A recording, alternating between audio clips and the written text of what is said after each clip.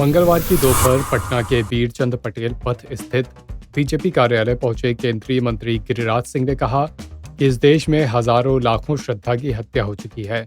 भारत के अंदर षड्यंत्र चल रहा है। पहले पाकिस्तान के अंदर आपने देखा कि गुरुद्वारे से बेटियां उठने लगीं और अब हिंदुस्तान में भी लाखों करोड़ों श्रद्धा की शहादत हो चुकी है और ये एक षड्यंत्र है। भारत में मुस्लिम समुदाय द्वारा गैर मुस्लिम लड़कियों को हिंदू की लड़कियों को अपने चंगुल में लाना चाहते हैं, चाहे वो प्यार मोहब्बत हो या वेशभूषा बदल करके। फिर अगर धर्म नहीं स्वीकारा उसकी यही हालत होती है जो श्रद्धा की हालत हुई। यह एक तरीके से षड्यंत्र है, जघन्य अपराध है। इसे जो भी संज्ञा दें वो भारत के लोगों को सोचने पर मजबूर कर दिया गया है। अभी टुकड़े टुकड़े गैंग की जबान बंद होगी। सुनिए गिरिराज सिंह ने क्या कहा।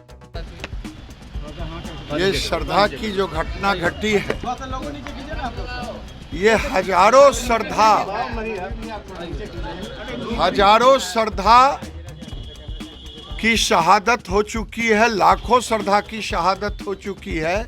भारत के अंदर ये एक षड्यंत्र के रूप में देश के अंदर ये चल रहा है।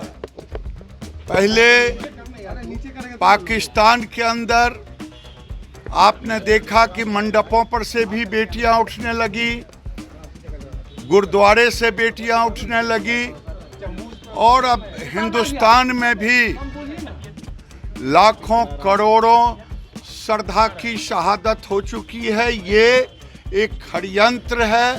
भारत में गैर मुस्लिम लड़कियों को, हिंदू की लड़कियों को अपने फांस में जब लाना, चाहे प्यार मोहब्बत, चाहे वेशभूषा बदल करके, और फिर अगर धर्म नहीं स्वीकारा तो उसकी यही हालत होती है जो श्रद्धा की हालत हुई है। ये एक तरह से षड्यंत्र है, जघन्य अपराध है। इसे जो भी संज्ञा दें, ये भारत के लोगों को सोचने पर मजबूर कर दिया गया है। मुजफ्फरपुर की कुढ़नी विधानसभा सीट पर आरजेडी के विधायक अनिल सहनी की सदस्यता जाने के बाद उपचुनाव की घोषणा हो चुकी है। इस पर तमाम पार्टियों की ओर से अपने उम्मीदवारों की घोषणा कर दी गई है। बीजेपी के जीत के दावे के बाद राजद ने हमला बोलते हुए पूर्व विधायक और प्रवक्ता शक्ति सिंह यादव ने कहा है कि कुढ़नी विधानसभा हमारे प्रत्याशी मनोज कुशवाहा भारी मतों से जीतेंगे। महागठबंधन में जनता का विश्वास है। बीजेपी पॉलिटिकल पार्टी है और जीत के दावे करेगी, लेकिन जनता महागठबंधन को ही वोट देगी। कुढ़नी में बीजेपी जमानत जब्त हो जाएगी। बीजेपी प्रत्याशी के लिए कोई भी दरवाजा खोलने को तैयार नहीं है। वहां की जनता ने मन बना लिया है कि इस बार बीजेपी तड़ी पार रहेगी। रही बात पारस की, वो कहां जाएंगे नहीं जाएंगे, बीजेपी की नीति यूज एंड थ्रो की नीति साफ है। बिहार विधानसभा की एक सीट पर कुढ़नी में चुनाव होने वाले हैं। आज विधान परिषद के जो नेता विरोधी दल है सम्राट चौधरी ने बयान दिया है कि 2015 में वहां विजय किया था, आज इस बार भी विजय होने वाला है। कुढ़नी में महागठबंधन के प्रत्याशी प्रचंड बहुमत से जीतेंगे मनोज कुमार कुशवाहा। कुढ़नी विधानसभा के तमाम मतदाता महागठबंधन के नीतियों में आस्था रखते हैं। Bharatiya Janata party political party है, चुनाव तो ले गई, जीत का दावा भी करेगी, और जितना कहाँ है जीतेगी तो महागठबंधन। सारा वोट तो महागठबंधन A to Z है। इनका तो जमानतों बच जाए तो काफी है। सवाल साफ है। अब एक्सरसाइज तो करेंगे ही ना भाजपा के नेता। दिल में सपना देखने से किसी को रोक सकते हैं आप? कौन क्या बोल रहे हैं ये महत्वपूर्ण विषय नहीं। महत्वपूर्ण विषय ये है कि कुढ़नी के तमाम मतदाता महागठबंधन के पक्ष में लामबंद हो चुके हैं।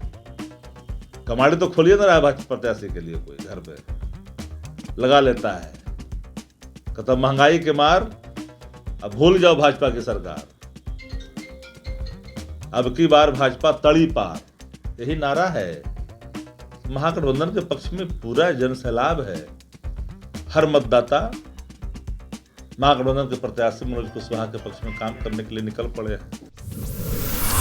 कुढ़नी विधानसभा उपचुनाव को लेकर मंगलवार को भाजपा के केदार प्रसाद गुप्ता ने नामांकन कर लिया। पार्टी से सिंबल मिलने में भले ही विलंब हुई, लेकिन पहले से आश्वस्त केदार प्रसाद गुप्ता ने सबसे पहले नजीर रसीद कटा ली थी। केदार प्रसाद गुप्ता ने बताया कि पार्टी के आदेश पर वो नामांकन करने जा रहे हैं। सुबह 9 बजे एनडीए कार्यकर्ता और समर्थकों के साथ समाहरणालय के समीप मुजफ्फरपुर क्लब पहुंचे।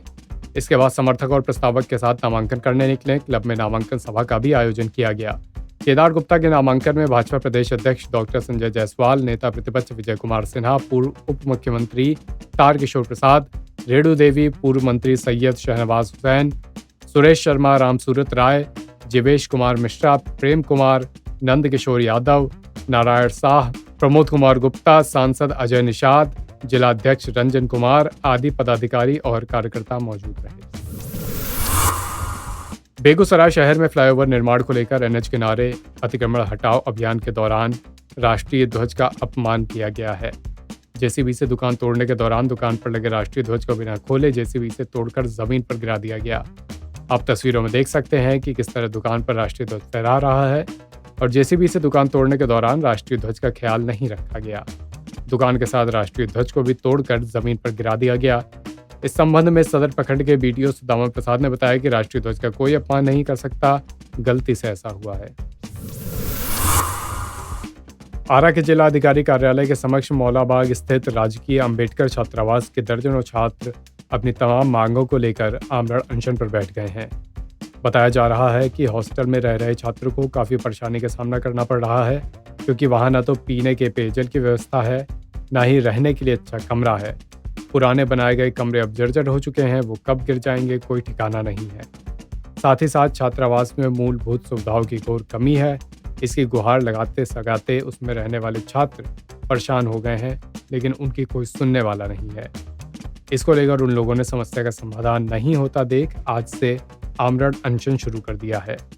वहीं उनके समर्थन में भाकपा माले के तरारी के विधायक सुदामा प्रसाद भी पहुंचे।